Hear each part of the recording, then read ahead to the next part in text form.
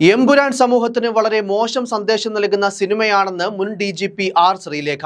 എമ്പുരാൻ എന്ന സിനിമ വെറും എംബോക്കിത്തരം എന്ന തലക്കെട്ടോടെ സ്വന്തം യൂട്യൂബ് ചാനലിൽ പങ്കുവച്ച വീഡിയോയിലൂടെയായിരുന്നു ശ്രീലേഖയുടെ പ്രതികരണം.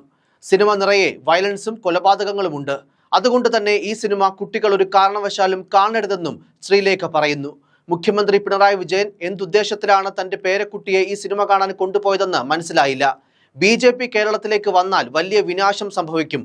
അതുകൊണ്ട് ആയുധ ഇടപാടുകളും സ്വർണ്ണക്കടത്തിലും കൊലയും ഒക്കെ ചെയ്യുന്ന ഒരു മാഫിയ തലവന് മാത്രമേ കേരളത്തെ രക്ഷിക്കാൻ കഴിയൂ എന്നാണ് സിനിമയിൽ പറയുന്നത്.